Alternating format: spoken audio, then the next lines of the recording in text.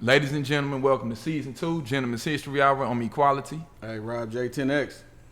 And we got we ain't gonna say special guest, man, so you just introduce yourself. We got brother Freddy Jones here, Yeah. a.k.a. Musab Yassir Bey.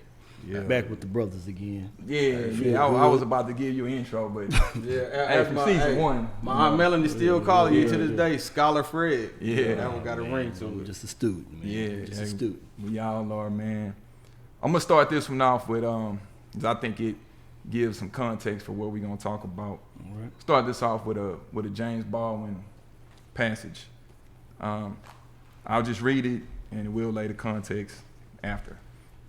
I think one of the stumbling blocks is that the nature of the black experience in this country does not indicate something about the total American history, which frightens Americans.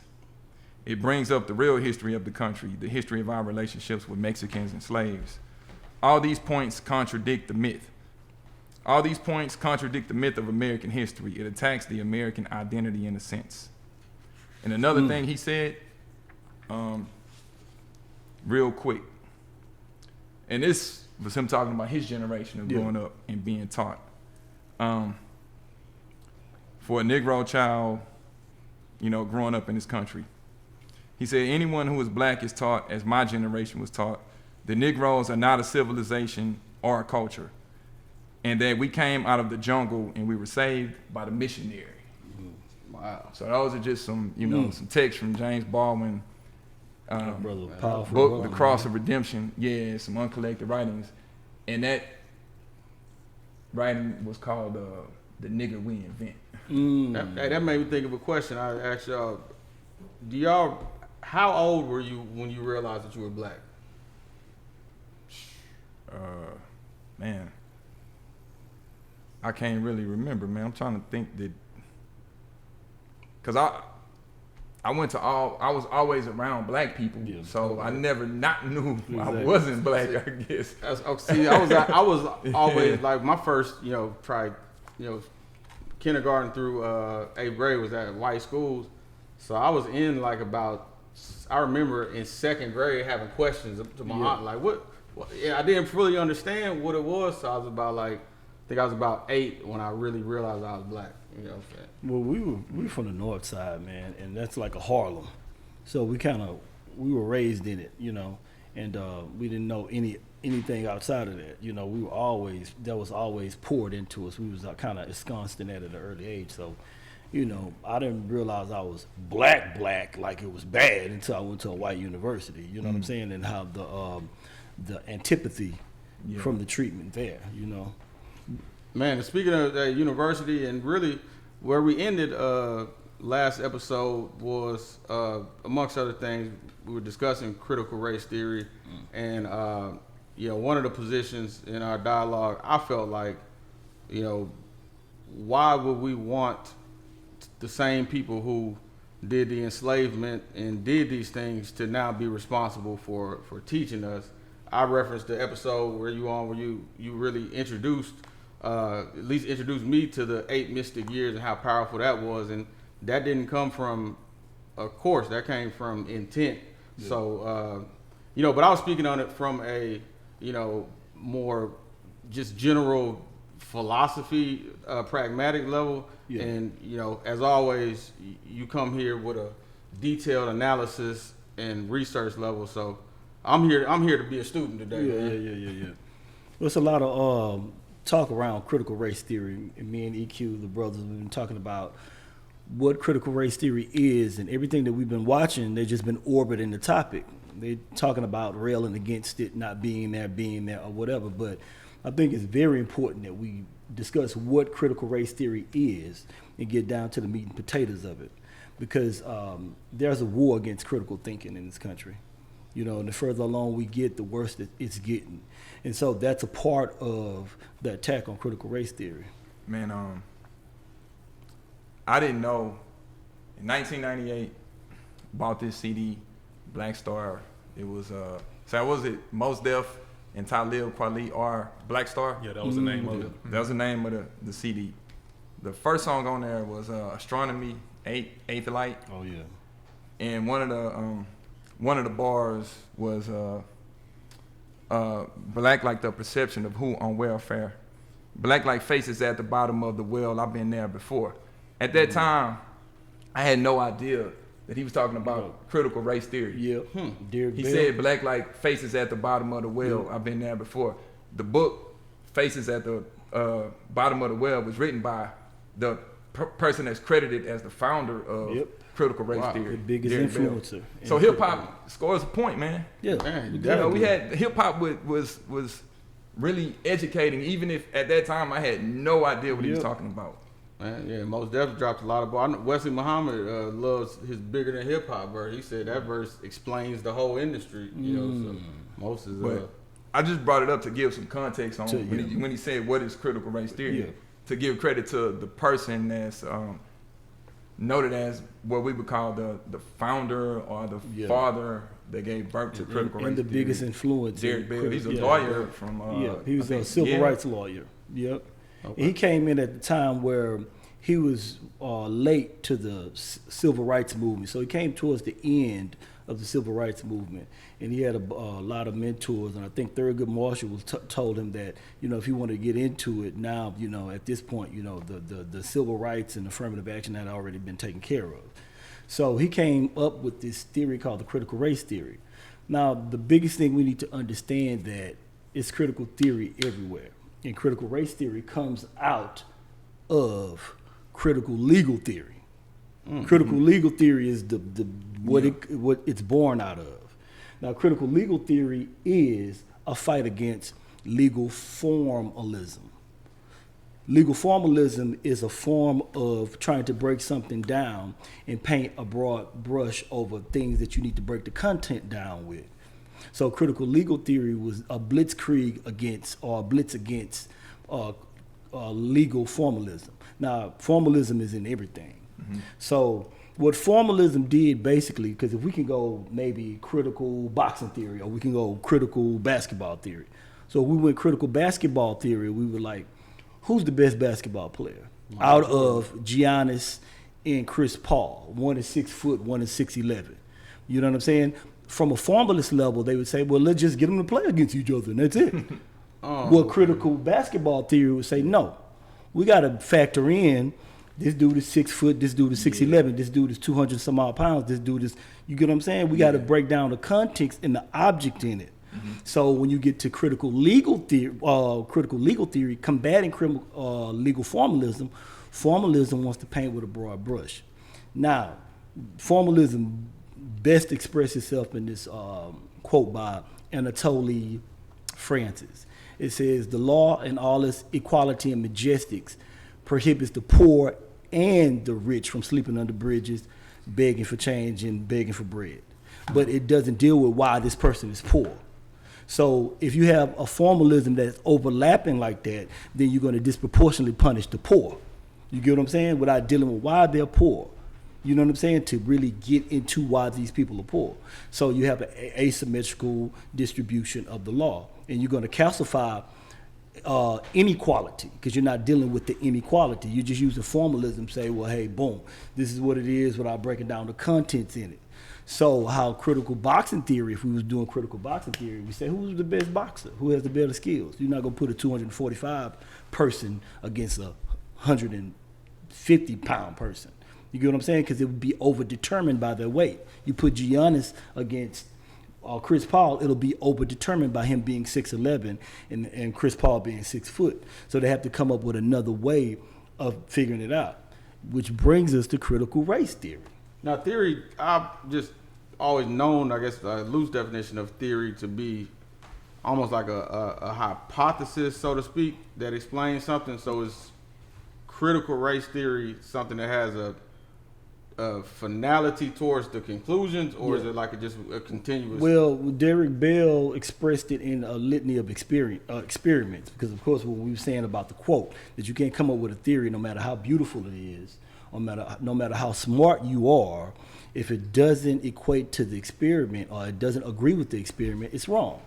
So they don't want critical race theory in the schools, because what critical race theory does, and what Derek Bell was arguing, being a civil rights attorney, that nothing in this country was done because they wanted to be fair or pack fair. It had a convergence of interest. And that was one of the part of critical race theory, the convergence of interest or interest conversion, saying that everything that they've ever given us, it did for us, it had to be something in it for them, right? Okay. So he was saying that the Brown versus Board of Education, you have to look at the milieu at the time, the zeitgeist and what was going on at the time. America was playing moral authority to all these poor countries. Countries like Russia, different countries they were into it with, they was like, well, hey, you can tell us whatever, but you still hanging niggas. You get what I'm saying? So for them to posture and clean up their culture, then they would give you the Brown versus the Board of Education. This is Derek Bell. He said that, okay, black people wanted to be let in and not locked out. So we're going to ostensibly give them this in front of the world because you got brothers coming home from the war who had military skills from World War II, just like the white boys had skills and they were blowing up churches. The brothers wasn't having it. Now, these are the guys that raised the baby boomers, because you know how I feel about baby boomers. I say the realest black people we ever had in this country is the guys that went to war in the 40s on back. They were used to killing white folks. So it was a litany of things going on at that time for America to say, oh no, we're going to have to do this Brown versus Board of Education because you got to look at the milieu of the time. They wasn't just passing it because they just woke up one day and be like, okay, we want to be good. The oligarchs had a Cold War going on. Would you describing now critical race theory, would African American history, would that be a part of critical race theory, or is that something different? That's a good question, but that's what I'm saying. Critical theory is a critical theory. We can be critical about anything. You get what I'm saying? So if somebody wants to do a formal way of investigating something, then it's our job to get critical with, okay, well, how are you going to give out this and that? What if he don't have this? And what if that's being critical? That's why I say it's a war against critical thinking. Critical race theory is critical political theory, critical sociology. Critical race theory is going to deal with all of that, but we can be critical on politics. We can be critical on any sociology. Critical race theory is going to delve into all of that. They don't want to go into that because you're going to look at what's going on at the time. So when you talk about laws and how they were judged, when you get maybe the Dred Scott case, you get what I'm saying? So we got to know why that decision was made like that. Or any type of win that we've ever achieved in this country, we got to understand they wasn't just doing it. And just as a plug, we had an episode on Dred Scott. We had an episode on Brown versus Board of Education. So I don't want to go extensively in giving people context. They can we'll drop those links in the bio. GHH.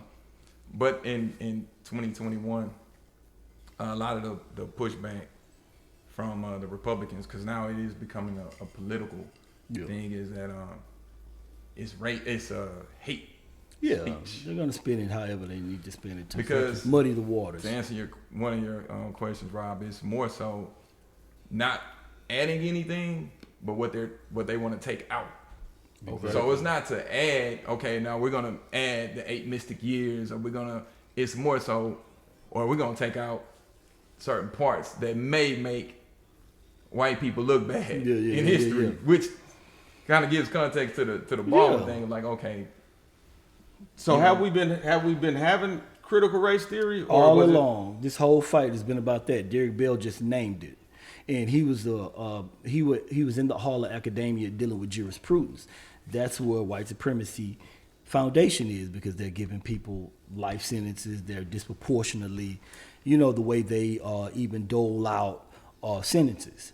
His critical race theory, we've been battling that. That's what all these topics we've been talking about is rooted into critical race theory. We're actually doing these programs to subvert the dominant way of thinking because we're trying to be critical. They don't want critical thinking to step in. So if you got maybe a real estate agent and you say, okay, no, neighborhood segregation is no longer allowed. And they say, okay, well, see, we don't neighborhood segregate no more. But if you got a real estate agent who's incentivized to placate to a white supremacist buyer, then you don't remove the incentive for the real estate agent, then it's going to land the same way. You can have the stuff that we've been currently receiving, like the education of whatever we learn in school, that encompasses what already was critical. Because I ain't learned none of that stuff you talking about. But that's the thing. You're already you're stripping it even. you've been stripping that away. Yeah. We can't even have that conversation in the Yeah. classroom anymore. We can't talk about it. Exactly. So okay. So that So to make it simple, because they're orbiting around the subject, just to make it, now it's a lot of other parts to it, like materialism. Derek Bell hits storytelling, because he did a short film on HBO back in '95 called Cosmic Slop, where he had Robert. Oh man, you remember that? Yeah, but that's yeah. Derek Bell wrote that, and that was It was a part before of its time too. Yeah, and you can go that back was- and watch that today, man. And just aliens come to Earth, taking all the black people, and how Yeah. white people went up in arms about not having no niggas under them. You know what I'm saying? Of the caste, well, screwing up the caste system. You get what I'm saying? But he did that. So part of critical race theory is materialism, storytelling, things of that nature. But to make it plain and simple, critical race theory could be critical whatever. We can be critical theorists. So who would implement these teachings though? Like how? That's the problem. Okay. 'Cause yeah, Yeah. I still wouldn't want. I wouldn't trust Briar Grove to Nope. teach critical race Exactly. theory, or Well, now we're talking about textbooks, the McGraw-Hill and Yeah. the industry of textbooks and how that's formulated. Yeah. Because then, okay, if we start, let's say we do add things.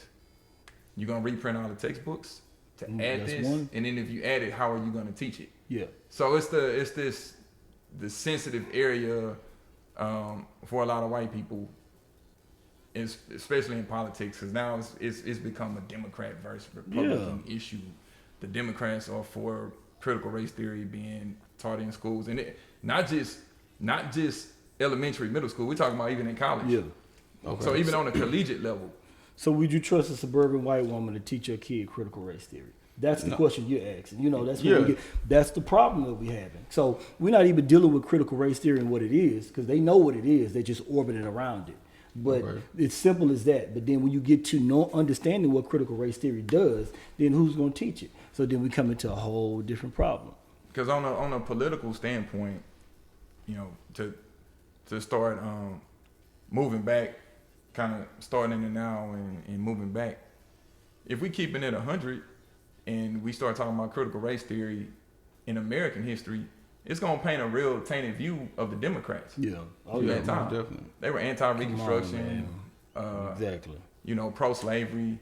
So yeah, they're fighting to implement that. Because you or to expose not so much. when take you certain do that. things away. But still, if we're gonna keep it all away, then we gotta go all the way and expose all of it. But the words I've heard, I didn't mean to interrupt you, but the words I've heard from a lot of the Republicans is, "Oh, you're gonna be teaching hate," Yeah. which is ironic. Yeah. Yeah, that is exactly. a weird, exactly. strange spin. That's a great spin. Yeah, because if you don't know what it is, if Remember you, what Baldwin said? As a kid, I was taught that I didn't have civilization, Exactly. that I didn't have culture. yeah. Yeah. So what critical race theory would do too is expose these liberals, because you have Nancy Pelosi said, she's going back and forth with the guy on CNN. She said, well, what do you do for the poor? Well, we feed the poor. We feed them. But a critical race theory is like, hey, we need jobs. You giving us breadcrumbs. Here's a good example. I've been flipping between Baldwin and Ishmael Reed, two guys that had some opposing viewpoints as writers, but it's a good thing. You can listen to Nas, you can listen to Jay-Z, and get something. One thing that Ishmael Reed said, the reason why we got a Malcolm X, and if you read the autobiography of Malcolm X, they touch on this, is when he was in school, he wanted to be a lawyer. His teacher said, Negroes can't become lawyers. You need to be a carpenter. They can't be doctors. They can't be lawyers. So just think about it from that standpoint. Yeah. So it's like you become that because he felt like, well, I can't aspire to be that now. Yeah. My teacher, the person that's teaching me is telling me, now imagine you going to school and you saying, man, I wanna be a doctor. And your teacher's like, black people can't be doctors, Rob. You gotta have to be. I understand that part, but I say okay. I don't recall any time in school where we learned critical Jewish history, but all those kids know at least their version of the story. The history, the whole nine. They have that because to me, as a community, they've taken ownership of instilling their culture and story in their kids. Yeah. So to me, why would I want the same school that had the teacher saying you can't be why would I entrust them?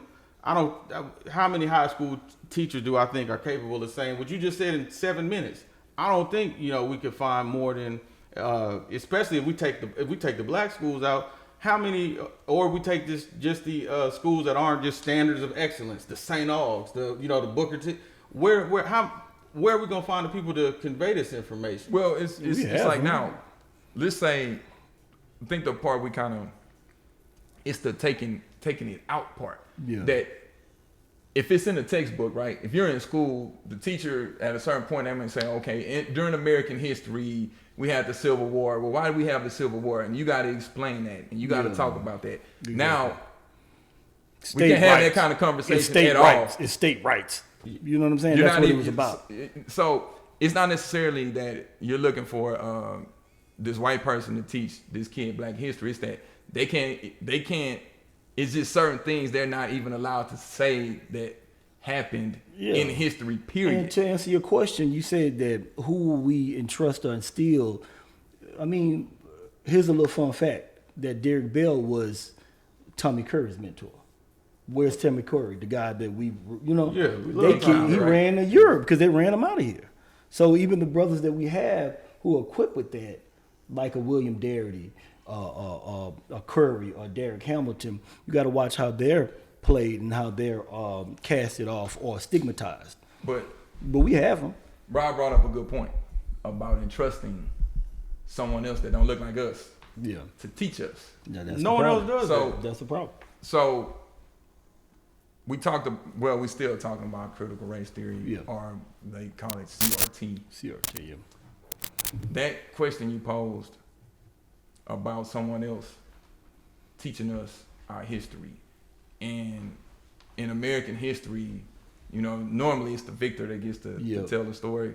Another thing that we want to touch on is the abolitionist side. And that bleeds right into of too. History. And talking about what's being taught. Because I'm like, okay, so do you take out the John Brown stories? But I never learned about them in school either. They talked about, of course you heard John Brown. You're not going to learn about John Brown in particular. They'll talk about the abolitionist movement as a whole. But they'll tell you about him. Yeah. You know what I'm saying? Because he met a fate that all people that will genuinely want to emancipate us met, and they killed him. It's about do you trust that the people that enslaved you would also try to save you? Exactly. That's a good question. That's an interesting one. And now one of the things you said that I believe in the explanation given the convergence of interest, but I just try to think about it like, okay, if I'm white and I'm benefiting from slavery, benefiting from these various things, and I say I want to eradicate slavery, and I'm willing to go to war, or really fight for this, put my life on the line for doing that. Now I'm not here to praise white people or anything like that, but how is that? Obviously, there was a political interest because they wanted Republicans to basically be dominant as a political party, but like everything was a convergence. That's the part I'm kind of like. And after a while, the end justified the means. So when we talk about the abolitionist movement, it's a great way to segue into that, because what Derek Bell argues, because we're talking about a theory right now, but a theory that they won't even allow him to test. That's why they won't even go, when Ta-Nehisi Coates and Sherilyn Ifill was in Congress petitioning for reparations, say, can you at least study it? They were like, nah, can you at least study it? They don't even want to study it. You get what I'm saying? So at the end of the day, the ends are justify the means. You see that when we talk about the abolitionist movement, we're going to get there, but they become the modern day liberals who really wants to save us, because they make money off of the hustle too, just arguing the other side, but yet wanting to feed you and wanting to incremental justice without giving you the whole thing. But when it comes to something that involves them, you see quick that they cut checks. Yeah, and they've been studying reparations. They had HR 40, House Bill 40, which is a study. Yeah. Mm-hmm. Yeah. But they don't want to have the No. real conversation. No. But if we take it back and in having a conversation about critical race theory and what's in the textbook that's existing, or what gets added or what gets taken out, and looking at the Democrats and looking at the Republicans, there were times in history where things were switched, right? How we view Republicans and how we view Democrats. Yeah. And one of the questions is the ally of black people. That's a good topic you broached. Because in critical race theory, you're going to have allies, right? Yeah. Yeah. It's all theater of the absurd, because it's like WWF. You know, they just switch sides or whatever, and then we were Republicans because that's who freed us, no matter how ulterior the motives were. Because this is what we're going to break down at the abolitionist movement. Yeah, because even with the Republicans, you still have to have a segment called the radical Republicans. But they were like, yo, we got to call ourselves the radical Republicans because the regular Republicans, they not doing it's it. WWE, man. I mean, it's You think it was WWE at that time, or do you think that it was some kind of progress being made? Okay.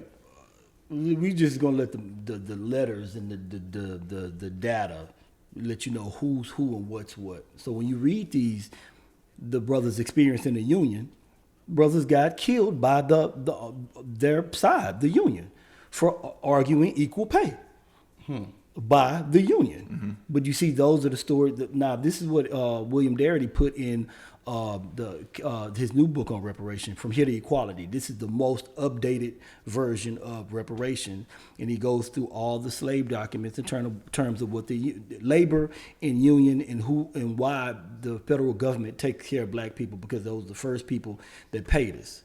So even in those stories, when you see how we were treated by the Union soldiers in Lincoln's sentiments towards Frederick Douglass, when Frederick Douglass said, hey man, this general just got killed because they posed a strike and put their guns down and said that we're not fighting until we get equal pay because we're doing the same shit.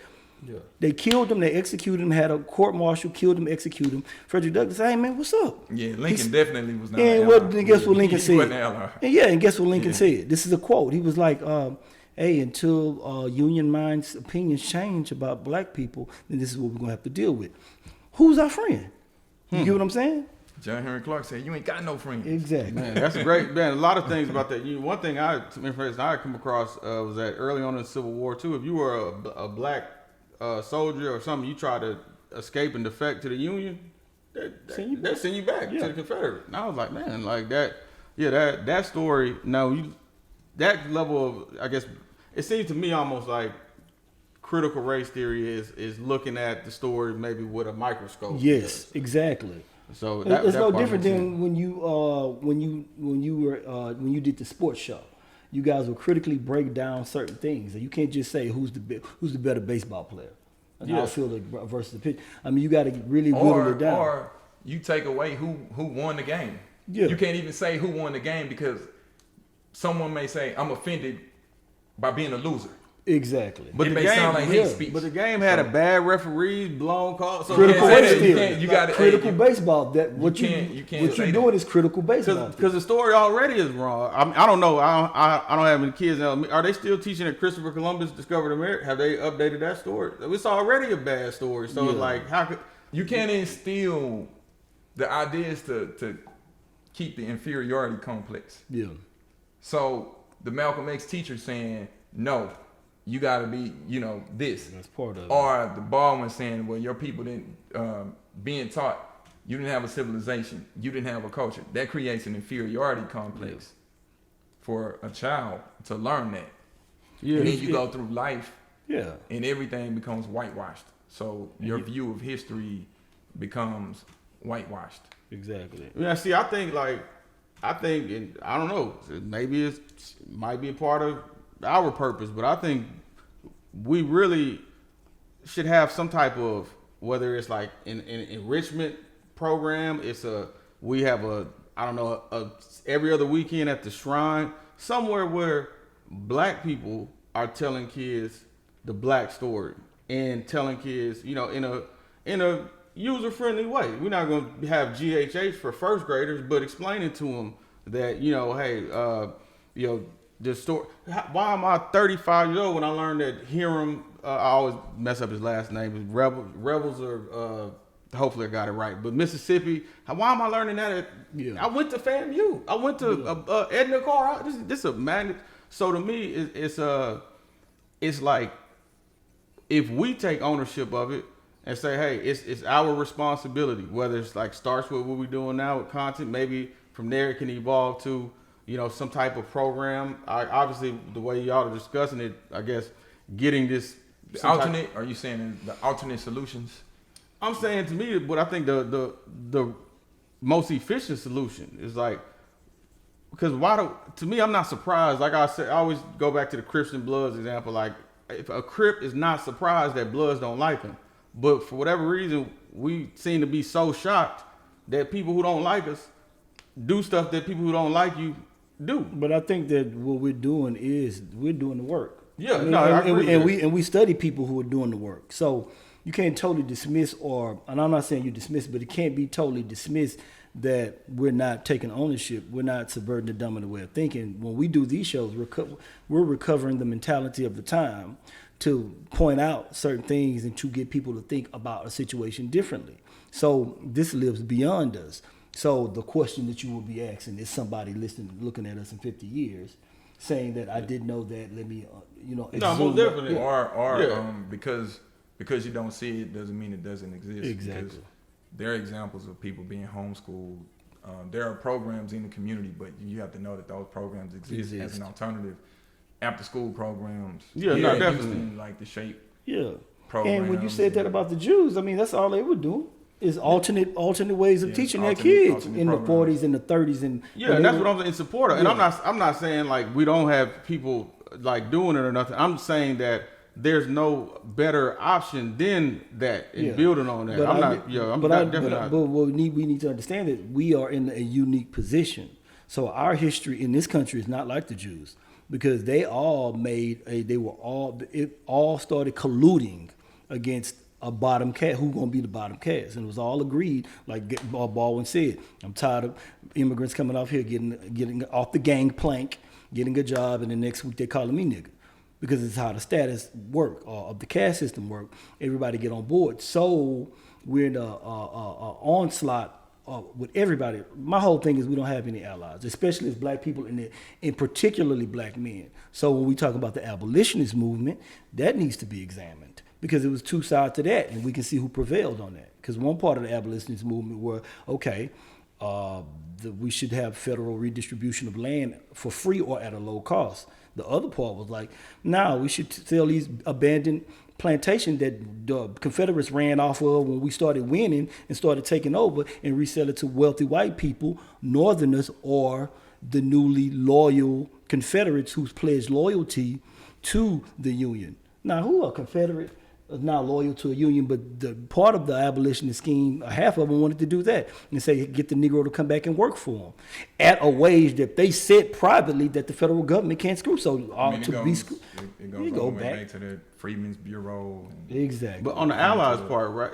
The only thing I could think of just is outside of maybe Nation of Islam, what have we been able to do in this country that didn't have to at some level involve, not saying that they did it, but at some level involve some alignment or resources from white people. I mean, if right now we want to make a film and we got a black director with black funds, we still got to go to Lionsgate to get it in theaters. But that's what I'm saying. Like when we did the Reconstruction episode, because this bleeds right back into that.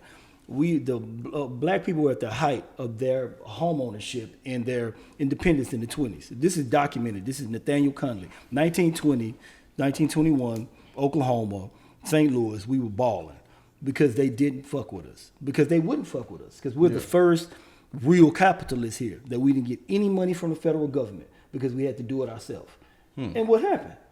Yeah, They showed you what time it was, but it goes back to the abolitionist movement because the whole point was, are we going to allow them to be economically independent? It's Ishmael Reed said the most dangerous slave is a fugitive slave because he stole his own property.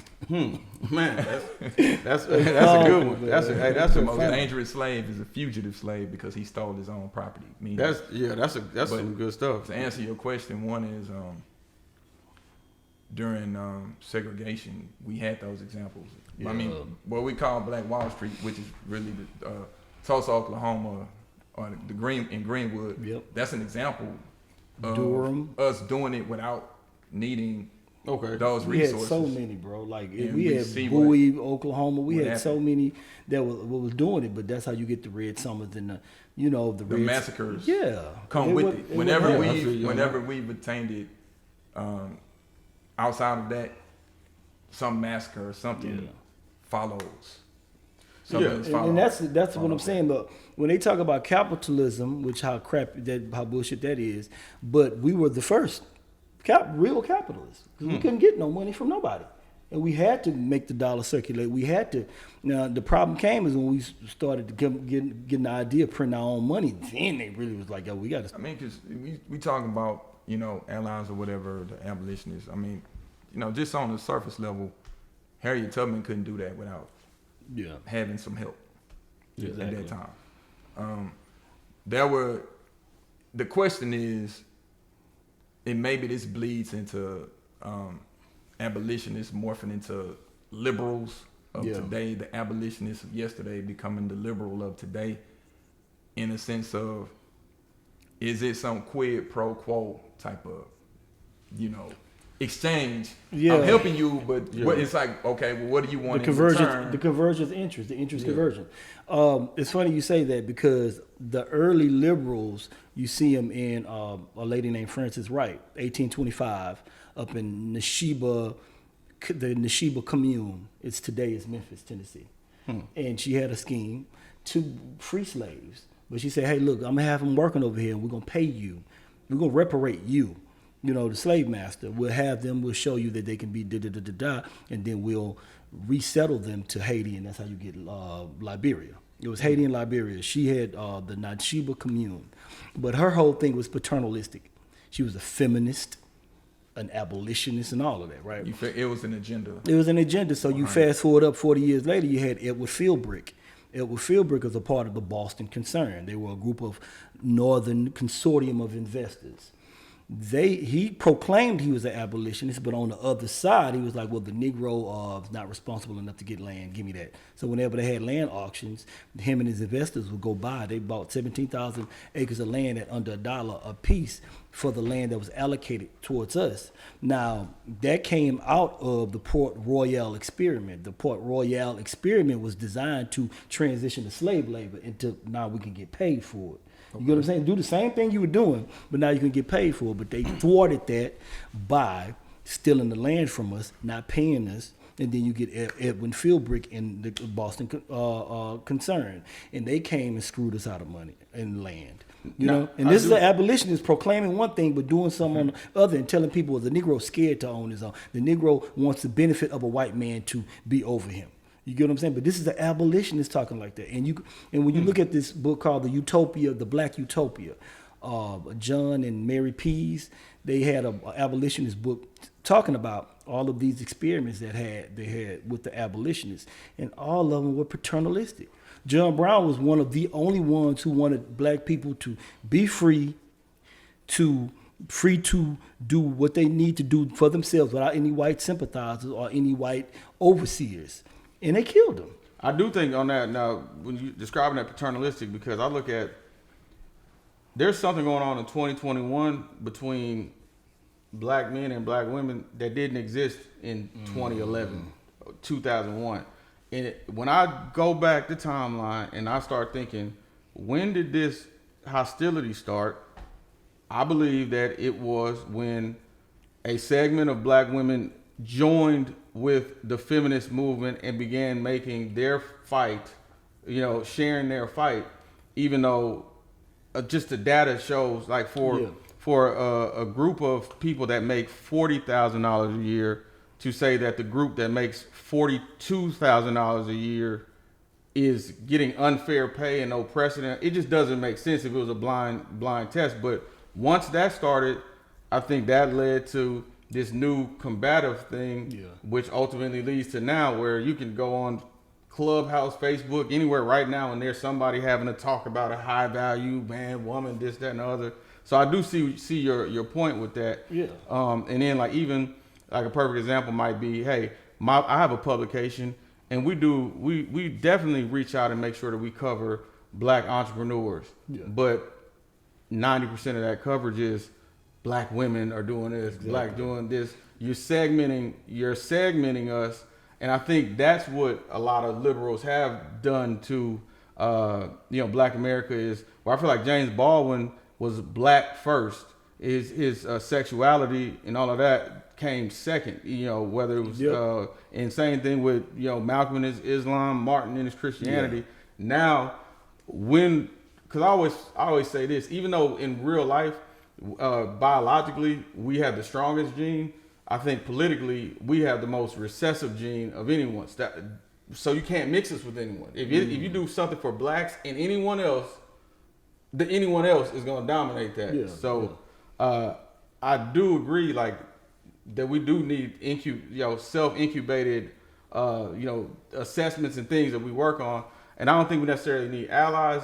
I just do feel like at the same time we need to have some level of knowing how to work through that system, and that does require at this point, I don't know what the word is for not necessarily, you're not friends, you're not enemies, it's just, just cooperate, I think the first ally has to start within, meaning the allies of us as black people, because it's always been some kind of dissension when you start looking at it, this versus this philosophy versus this philosophy, and it's disjointed, and it's been dissension, whether you're talking about Du Bois, Booker T, or Garvey, or Malcolm, or Martin. It's always been some dissension. Yeah. Instead of saying, okay, what's the commonality? So first, we got to repair our own house. My view is more dystopian. I have a dystopian view about us and how this thing is going to play out.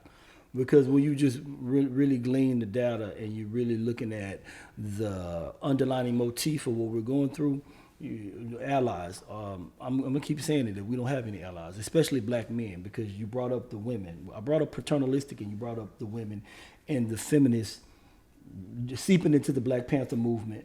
And in 1825, the No Sheba movement, it was a white or Scottish feminists who thought that you can, you know what I'm saying? I mean, this is telltale early on. But my point is we don't have any allies in this country. We don't. And every time you look at it, it keeps showing itself. And especially because black women are attached to black men, and the black men are the object of derision. They don't want that. They don't want us to ever rise. You see, given. But that goes into black people need to work on their shit first. Yeah. Because if we get into the quote unquote battle of the sexes, it's only going to further the divide. Yeah. And us getting our shit right. together. They have to understand that. We got to make them understand that. Because there were points in history, maybe during Reconstruction or hell, even during slavery, where there were more marriages back then than there are now. Yeah. Statistically. Yeah. And we did better as a nuclear family during those times than now in 2021. And that has everything to do with the feminist movement. So then that goes back to, okay, the father being home. Yeah. Okay, the history and what's being taught. Yeah. Who takes on that role? So now we're saying, and it's been a lot of government intervention throughout time.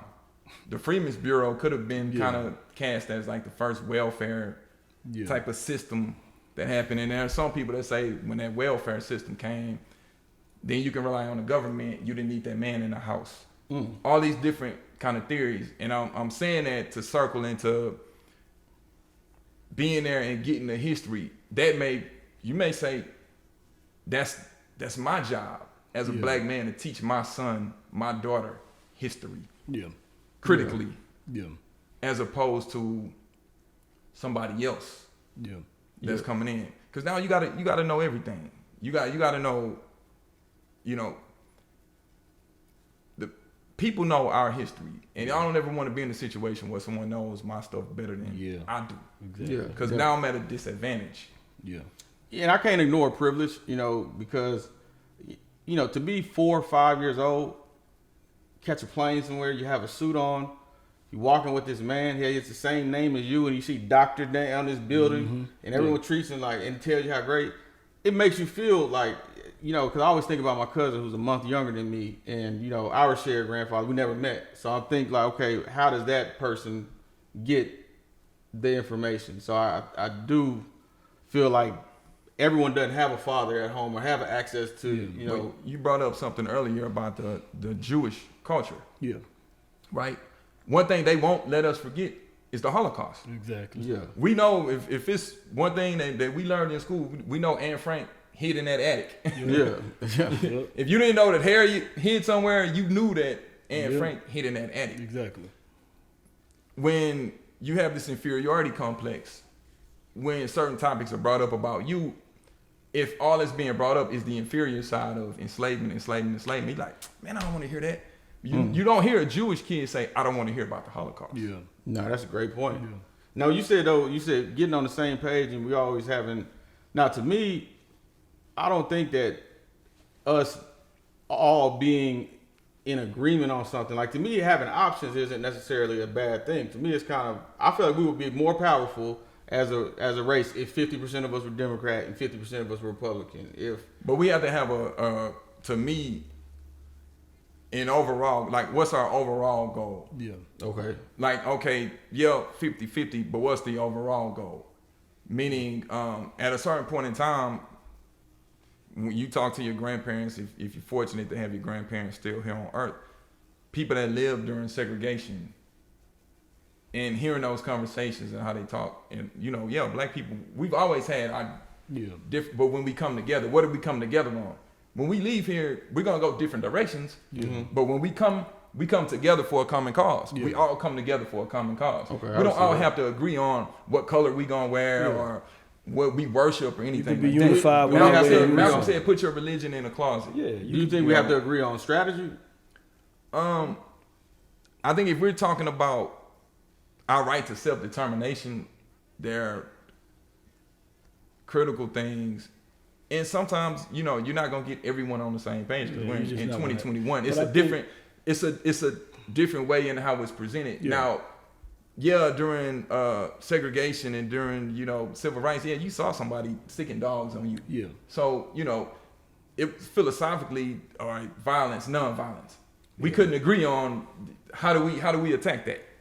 Yeah, and I think that when you say a strategy, it's not a strategy, so to speak. It's strategies, because we can be, like you were saying, we could be unified without uniformity. We ain't got to be wearing the same shit. As long as the doctor, my black dentist, we all know what, you do your thing over there, you play the game, and then, you know what I'm saying? But we know what the ultimate goal is, but that is a strategy over there. That's a strategy over here. You know what I'm saying? Like, this can be multiple. Yeah, because everyone can't be the protest and revolutionary. Someone has to fund it. Someone has to make money. And then everybody's not going to be in it, because you got to understand that we're living in the belly of it. So you're going to have a prisoner's dilemma, people that's going to work for the system. It's your role. Yeah. You had Jewish sellouts. I mean, the thing is a brother, John Woo, or I forgot this guy's name, but he wrote a book about reparations and how the Japanese internment got reparations. Yeah. And he was breaking down the same thing we're complaining about.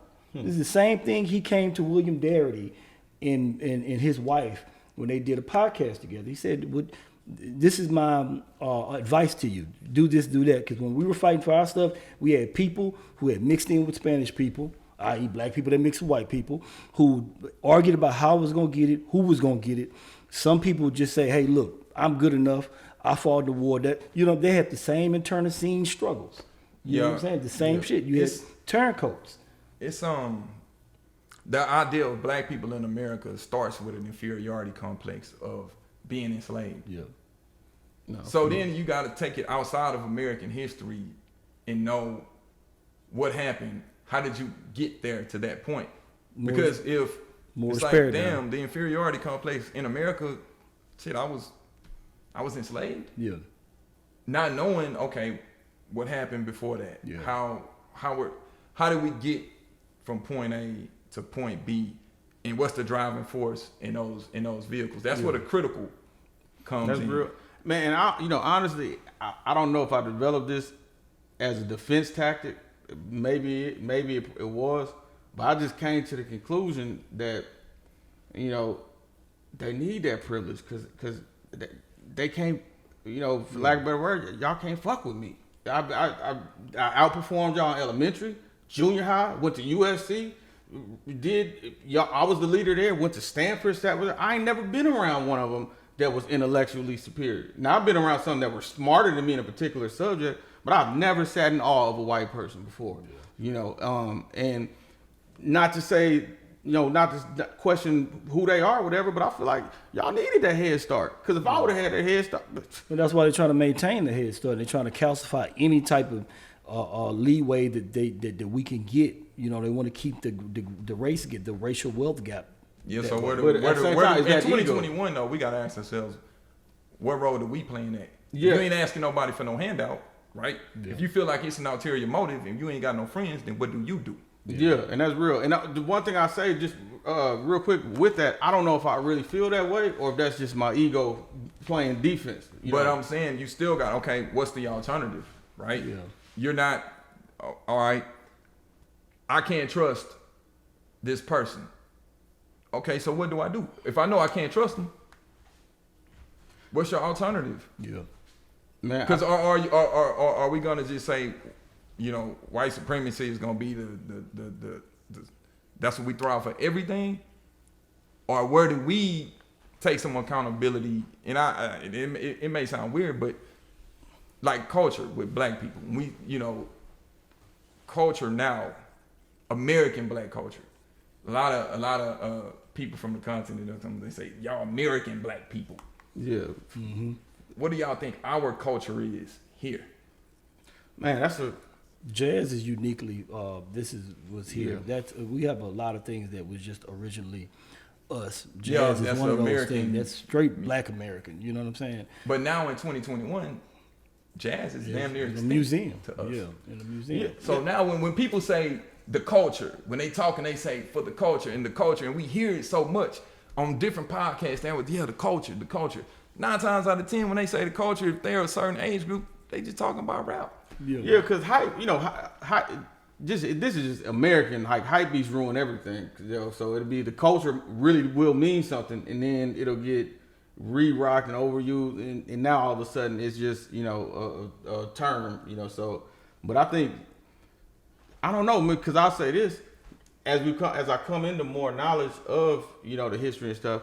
I never decided this intentionally, but when I look up and I start thinking, I'm like, dang, I live a black life. I go to primarily black business, but it's not like it wasn't some plan that I wrote. Hey, from now on, I'm only going to black. It just kind of, I don't know. And I guess I said that to say I'm struggling with trying to identify if we truly have a black culture here in America. I think our culture is like really And maybe overcoming. I'm just throwing it out there. Yeah. And I know we do.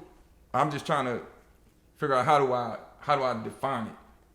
Well, it's tough. I mean, because culture is measured by a number of different things. One was how do you bury your dead? How do you come to worship?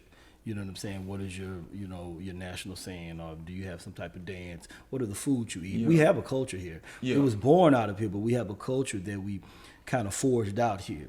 The problem is when we do the Morris paradigm segment is I'm trying to point back to how we got here, and the first thing we talked about was the culture war, because we're in a war on culture. That's why they say hip hop wouldn't last, but it's still here. But they don't want anything to last. They said jazz wouldn't last because they're trying to be the dominant. We're fighting little culture war. 'Cause I guess if you look at when you said the burial, if you look at like the second line in New Orleans, it's a culture. That's a culture. Yeah.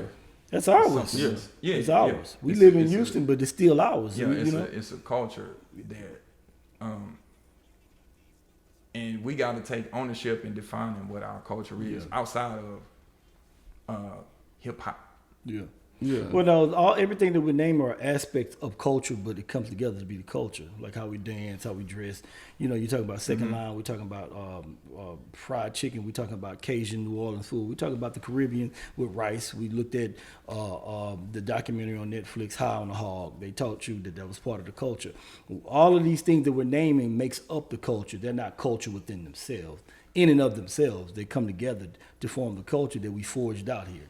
Yeah, and the reason I brought it up because in context of what we're talking about, if we don't define it, somebody else will define it for Quickly. us. And they're waiting. Definitely. And they keep trying. That's And tricky. then that's gonna be in the textbooks. Yeah. Because it's like, you know, the tricky part about it is, you know, when we try to be intentional, it seems like, you know, Crips started out as something positive. Black Panther started out as something positive.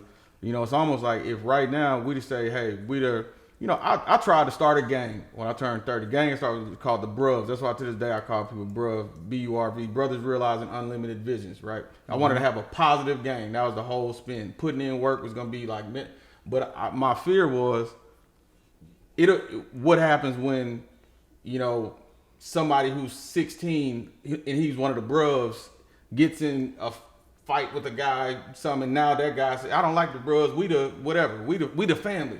Because that seems like that happens every time. So it's almost like, is it just an individual? I feel like if everyone does a little, then that is the movement. Because gangs have a culture. They call it gang culture. Yeah. They have colors. And how can they know they literature? They have rituals. Yeah, they even know they literature. They know they walk King David. They know their story. I'm like, how can these guys? Well, I guess their story is a lot more recent. But I think we have culture. We just have. Sometimes we don't realize it. Like we don't realize we pouring a libation. Yeah. When we say pouring something out for the homie that died. Yeah. There's certain And things that's old. that's an old But I tradition. think we still do. We just don't recognize the culture of it from the African sense. Yeah.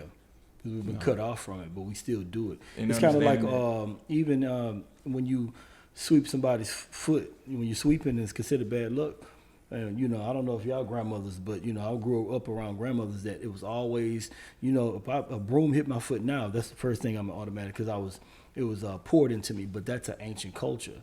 That was it came out of an Islamic culture in certain parts of Africa, the Sudan or whatever the case may be. And it was rituals to say but these are part of our shit that we didn't know, but we were still doing. My grandmother had healing products and things that she did to, you know, with Vicks, Vapor Rub, whatever the case may be. But these are stuff that still carried over in the tradition, even when we were slaves. We were still keeping that up, you know. Hey, to me, I think working with the scraps we was given is our culture, basically. You know, Turning water into wine. yeah. You know, But we're gonna wrap it up, man. I just, you know, just our last thoughts on the topics that we talked about. I would say it's even more important that we continue to have these conversations and that each one teach one, because eventually they're gonna try to take all of this out of the textbooks, and you won't be able to have any of these conversations. Yeah. So it's up to each one teach one. If a kid doesn't have the mother at home or the father at home that can instill it in them, you got to try to find a way to teach them that sense of pride, because that inferiority complex is ingrained in you as soon as you start opening up those textbooks a lot of times. Yeah. Hey, I mean, I just second what you said, and I think you know, but to one point too is I think nobody has to, you know, start the next super movement. I think if everybody just makes a small contribution, you know, then I mean everything counts because it's all going to the same place. So, And I want to say this, like I started off, it's an attack against critical thinking, and if we could kind of galvanize people to start thinking certain things critical. Because our whole thing here is to try to put spins and twists on things that people already learned, and to get them thinking more critical about it and not just a formal way of thinking or a formalism. So my war is against combating the institutions that's against critical thinking. Yeah. Let's teach the babies, y'all. Exactly. Hey, this is GHH, season 2, quality, Brother Fred, Rob J, 10X, Sav. This is Pod Platformation, y'all. Salute. If you're watching this on YouTube, man, hey, y'all, hit the subscribe button, hit the like button. This is Gentleman's History Hour.